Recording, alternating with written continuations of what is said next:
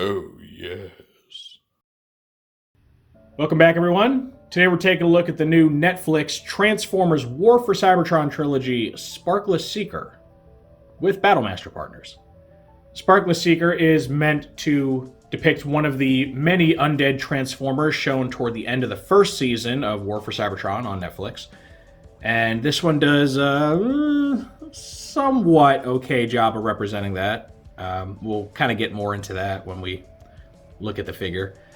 It kind of pairs up with its deluxe wavemate, which was a Sparkless bot, which was like a rusty dead version of Barricade.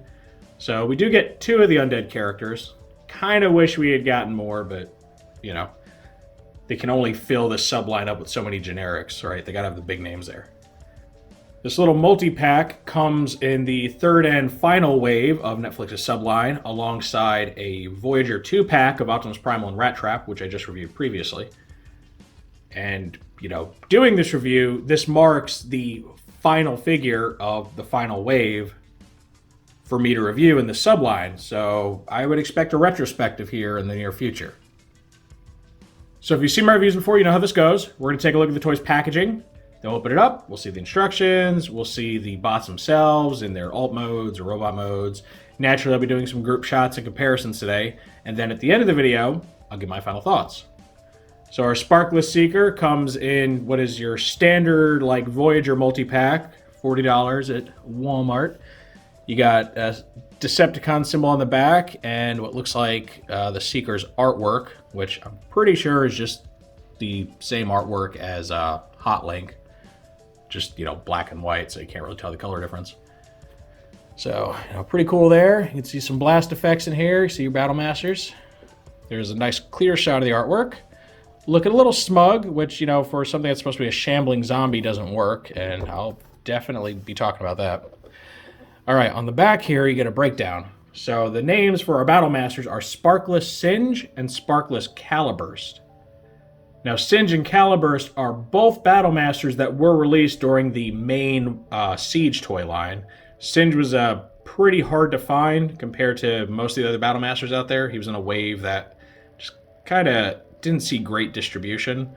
So if you did miss out on that character the first time, you could always get this version, though. I guess it's supposed to be a dead one. I mean, it's kind of weird.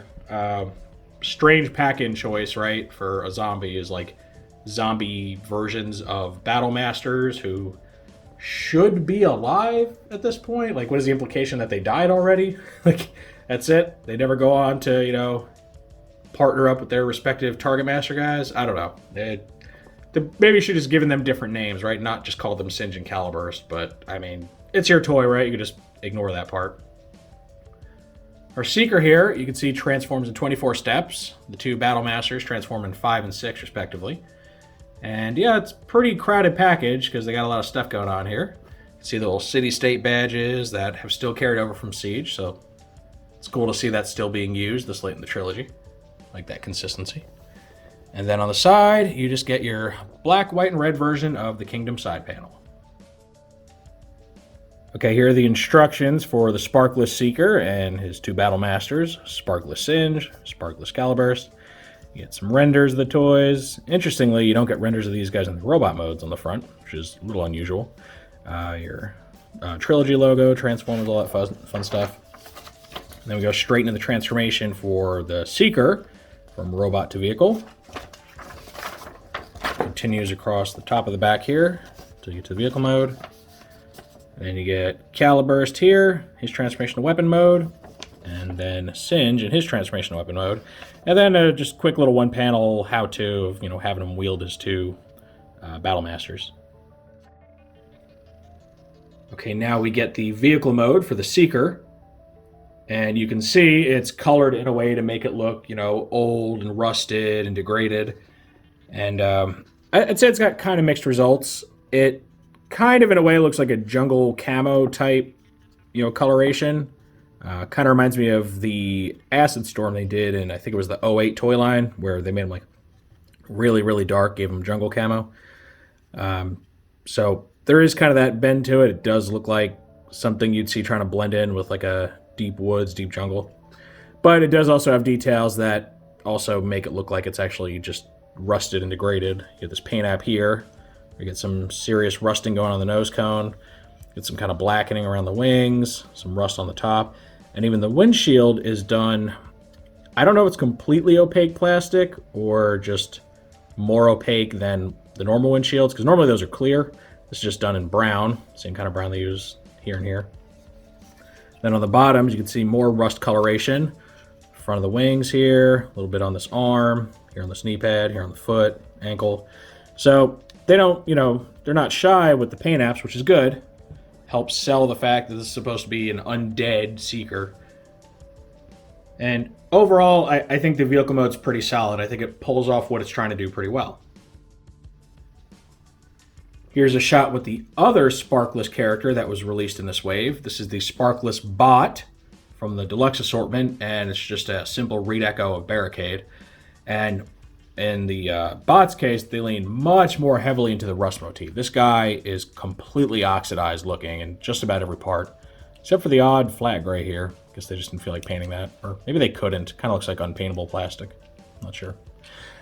So, I think they both work well. This guy definitely looks more rusted than this one, but not necessarily a bad thing.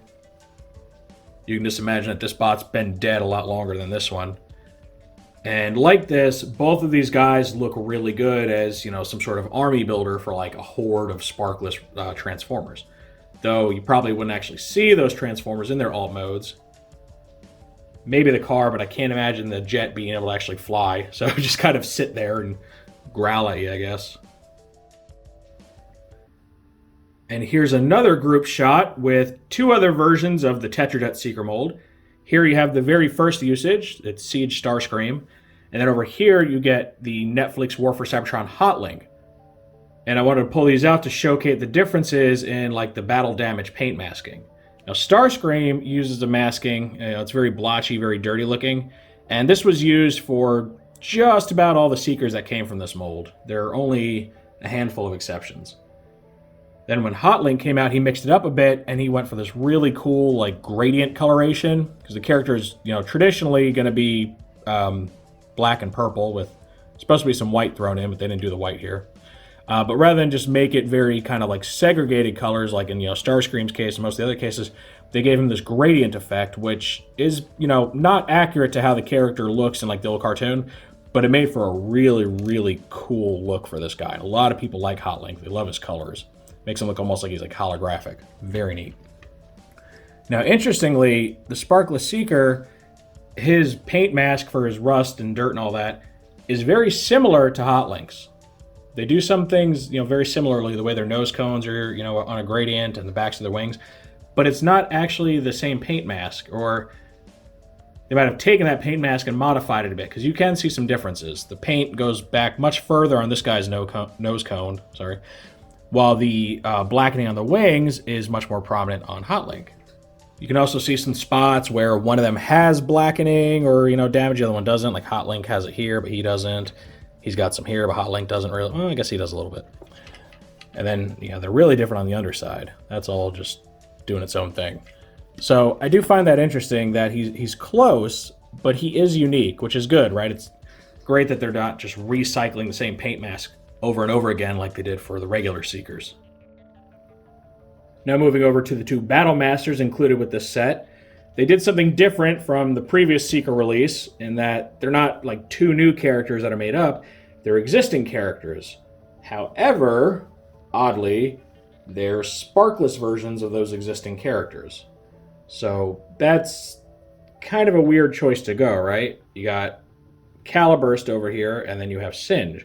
And they're called Sparkless, Caliburst, and Singe. So I'm not sure what that implies. Does that mean that these guys died a long time ago? Which, I mean, yeah, I know the Netflix show does its own thing, but that's a little weird. You'd think if you have these known G1 characters, they would at least get to be shown before they're just killed off screen or something.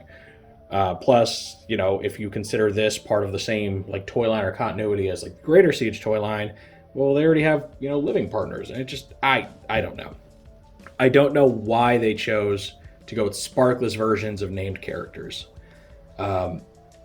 Personally, I would have preferred one of two things if these had just been generics, right? Just call them both like Sparkless Battlemasters or something.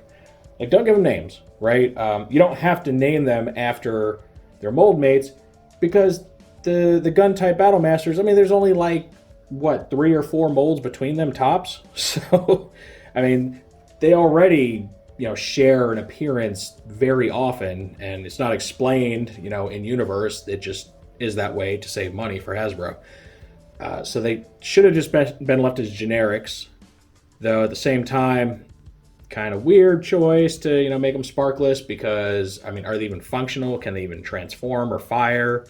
You'd think they would just kind of shamble around in their robot modes, which makes them not very useful for the Sparkless Seeker, who probably doesn't have the brain capacity to actually use them anyway. So my absolute preference would have been if they didn't make these guys sparkless at all.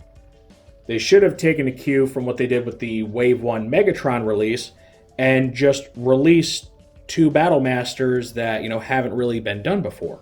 There's no reason you can't, right? Paint them a certain color and release them as Battlemasters that, are still missing from, the Hasbro market, right? Blur still needs his Battlemaster. Cup still needs one. There's a few options, right, that you can make this work in your favor. I know technically Lionizer was a repeat, but, he was a very different color of Lionizer, more G1 based than Siege based, so I kind of give him a pass.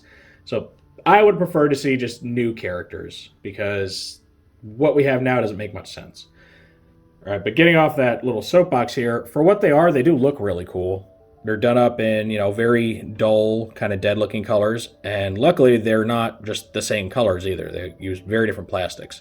Caliburst here using kind of a cold gray and then a warm light gray, and this guy uses more of like a greenish, kind of, tarnished look.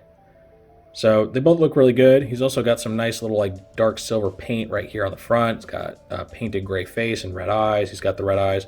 So they do look very wicked. They do look very undead, despite that, not making the most sense. And here are the regular versions of Caliburst and Singe, just for comparison. You can see the plastic colors they went with are completely different from their normal versions. So it does help set them apart. And again, these are your toys. You can always headcanon these as separate characters, whether they're just generics or new characters or whatever you want them to be. You got some options there.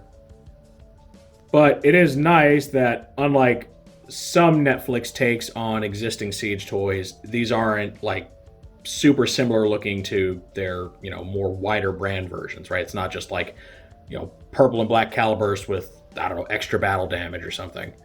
So at least these are set apart, and it doesn't feel like you're getting the exact same toys twice. Here's a quick close-up look at the weapon modes for our Battlemasters and a comparison with their regular variants. And one thing you'll notice is that the 2 Calibursts both use purple for their Fire Blast effect. But if you look closely, the one on our Sparkless Caliburst is, a few shades darker and a little colder looking than the one used for the Siege version. And then when we get to Singe, they change up completely. Instead of using blue, they use like a very kind of lime green. So interestingly, these 2 pairs seem to be kind of opposites of each other, whereas these 2 are the most visually distinct with the most similar Fire Blast, whereas these 2 look a little more similar in their colors, right? They both use some sort of like a dark grayish silverish color, but then their Fire Blast effects are completely different colors. So I don't know, give and take, I guess. So I don't know, I wouldn't say any one coloration's better than another. They're just all different. Okay, now we get our Seeker in his robot mode, and this is where things kind of start to fall apart. And before I even get into aesthetic choices, I want to touch on some transformation-related stuff. So on this guy, the connections between these little notches here on the underside of the wings and the holes in his forearms have become exceedingly tight. Like, very, very tight connections, which means it makes it very hard to connect them together and even harder to take them apart without like trying to rip his forearm apart. So it makes the transformation just not a lot of fun at all. It's a real pain in the butt. And the other issue I have, and it's specifically on this arm, I don't know why, but you see his forearm, right? We got his forearm, a little gappy looking, right? And when you go to open it to transform him, it's coming off the hinge. Look at that. Like, it's the bottom part of this hinge does not want to stay inserted, and it just pops off very easily. And it takes a pretty careful effort to do this without having the thing pop off, because it's just trying to the whole time. Very much reminds me of the early Ironhide releases, the Siege Ironhide releases that had those issues with leg panels. Except this is even worse because, I mean, it's the guy's hand. It's falling off, which, hey, maybe that's intentional. Maybe that's a play pattern because he's a zombie. He's supposed to fall apart. We'll go with that, huh? But yeah, so very irritating, right? The transformation becomes much more just tedious than it normally is for this mold, and I don't like that. Shouldn't happen. All right, now that I've touched on the mechanical issues, let's talk about the aesthetics, and specifically the head. What is going on with this head? So he's got a brightly painted face that doesn't match the just swampy greens and browns of the rest of him. You know, it's painted silver like normal Seeker faces when it should be all like corroded looking. And look at the smirk. What is that smirk? He's supposed to be a zombie. He's supposed to be dead, but he's smirking. Like, he's using the same smirking face as like Red Wing and Thundercracker, and it's like, this has to be an accident, right? This has to be like kind of the T-Rex situation, you know, where they used the wrong head, even though it was supposed to be something else. It's got to be what it is. They couldn't have intentionally been like, let's make him a smiling zombie. He doesn't look undead, right? In his vehicle mode, you could look at that and be like, yeah, it looks, you know, kind of like an old junker, like it might be, you know, a dead robot. You know, now he just looks like a regular Seeker that's in like jungle camo or something. Doesn't look like a zombie at all, which is why a lot of people have taken to giving him some pretty derogatory nicknames. They've given him names of the, you know, something storm variety, and it's that first word is based on his colors, and I'll let you guess what that is. So, yeah, the robot mode is a massive, massive disappointment, and it really purely just comes from this, from the head. His head, at least the face, should be the same like greens or browns as everything else. I'd prefer if the helmet was too, just to really make him unique. And he shouldn't be having this sly smirk thing going on. He's dead. He's a shambling horror. What's he smiling about? Here's a close-up shot with those two mold mates I showed you earlier. And I got a close-up on their faces so you can see, you know, kind of what I'm talking about here. These are the three different faces they've used for this mold. You have the original one, which is just kind of a neutral expression, right? Maybe with a slight grimace going on. And then you get the one on Hotlink, which originated on Skywarp, where he's actually kind of scowling a little bit, right? A little more negative looking than this one. Slight difference. And then, of course, you get the smirk. And it's so baffling to me why they did this, because either of these choices would have been far superior to what we get here. This is, you know, easily the most expressive face of the three. Why would you give that to a zombie? It doesn't make any sense. I'm sure we'll never get an answer, right? Like, they're not gonna come out and say why he looks the way he does. I'm going, again, to give them the benefit of the doubt and say, you know, factory error, right? They screwed up, they put the wrong face on there. It does happen from time to time. But man, it bugs me. And it just breaks the whole facade of him being some sort of undead, you know, eating machine. Here's our final comparison with the Sparkless bot, also known as, you know, Undead Barricade. And you can see just how much better this toy pulls off, you know, what they're going for than this guy does. You know, he doesn't have an expressiveness. He doesn't have a face that really stands out. It's all very dead looking. And one thing I just, you know, kind of remembered and wasn't thinking of. So when you look at the color used in his eyes, right, this kind of metallic dark purple thing going on, that is supposed to be like the dark energon looking glow that comes off of these guys. So already there's another issue with this dude, because you'll see that he's got red eyes, which, you know, while they look sinister enough, it doesn't really work, right? Because they're all supposed to be powered by the same eerie purple energy. So between him and his two Battlemasters, they even get the eye color wrong. Like, whoever worked on this guy, fantastic job. Whoever worked on this, what were you thinking? It could have been the same people, right? It had to be like, they must have given like the Sparkless bot to one group and the Sparkless Seeker to like another small group and be like, hey, figure it out, because the results are wildly different from one another. Another thing that I meant to point out earlier, so the Sparkless bot here, the car, he doesn't have faction symbols on him, right? He's just a generic. So he, could conceivably be an undead Autobot or Decepticon, despite what, the packaging brands him as. This guy, he has very prominent Decepticon symbols on his wings. Now, on one hand, it kind of makes sense because as far as we know, there are no Autobot Seekers in this, TV show universe.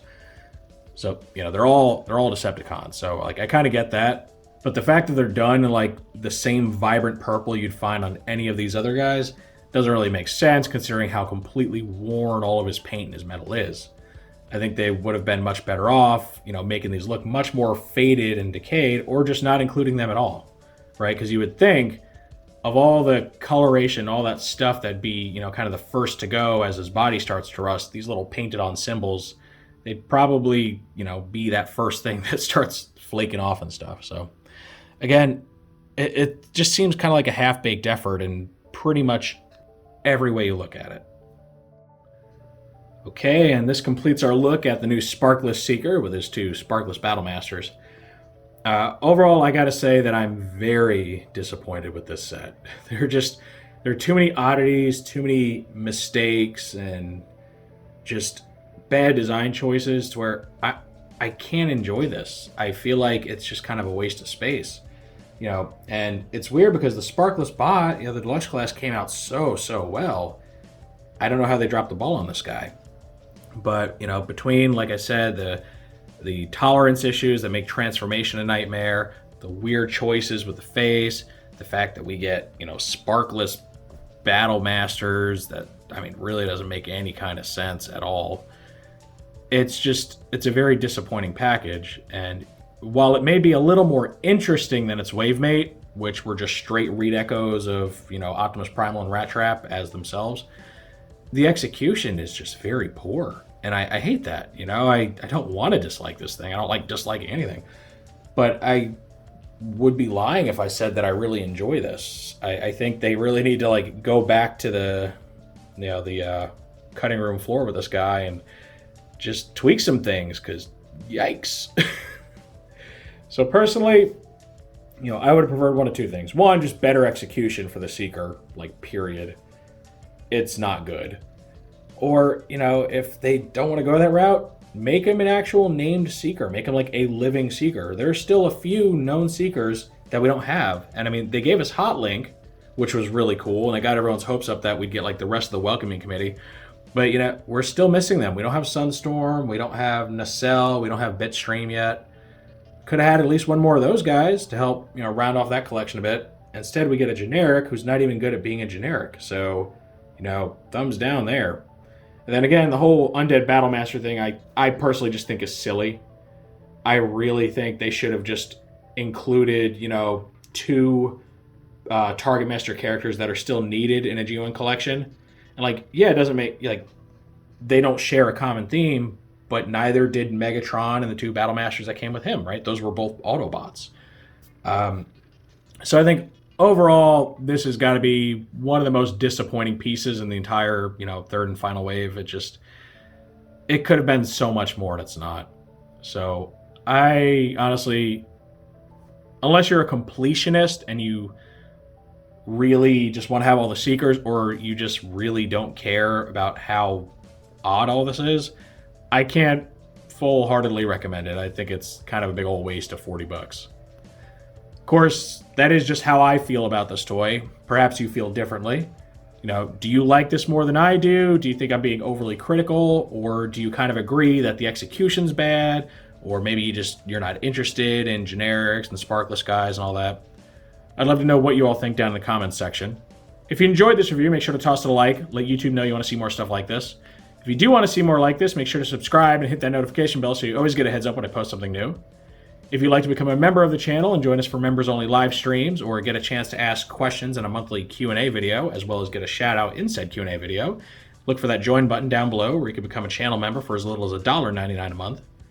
And thank you for joining me for this look at the Netflix War for Cybertron, Sparkless Seeker, and Battlemasters.